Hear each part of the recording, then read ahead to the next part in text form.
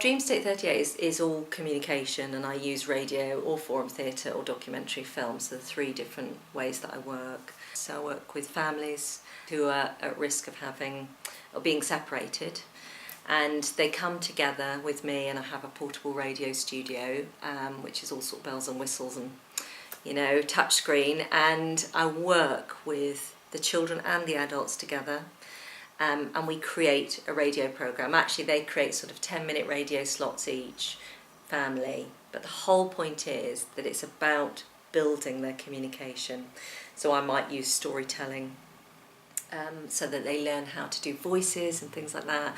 We might do radio drama. They present, they bring in their own music, they create packages and features, but the whole point is it's about building their communication as a family in a totally different way and giving them a shared experience that's totally different to anything they had. So there may have been domestic violence in that family, or a lot of alcoholism, or, you know, there may have been terrible grief, all sorts of things that have kind of destroyed the communication within that family.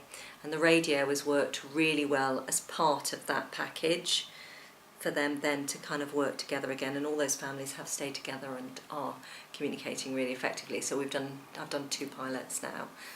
It's great, it's a really good project.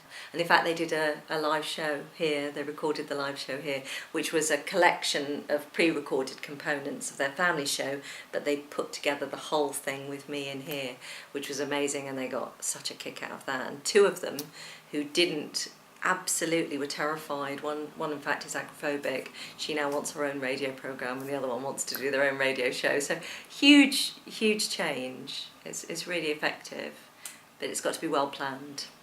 It's a lot of communication. Again, I think that's one of the things I'm keenest on, really, is that you always go from a need. So I found out who those families were, what the difficulties were, you know, and then we started to kind of plan something. And the first time I tried loads of things, but you have to make sure you've got the right room, that it's consistently the same room, because again, they're vulnerable to change, these families. You also have to make sure you've got enough people on board.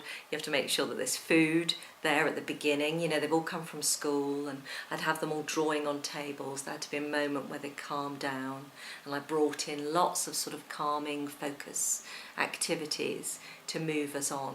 And sometimes it's deeply frustrating, but it's also hugely rewarding. But it has to come from that communication, and the schools radio that I do is exactly the same. You have to communicate with the people that you're working with for quite a long time before you run the project. So there's a huge time investment which you're not paid for as you start it up.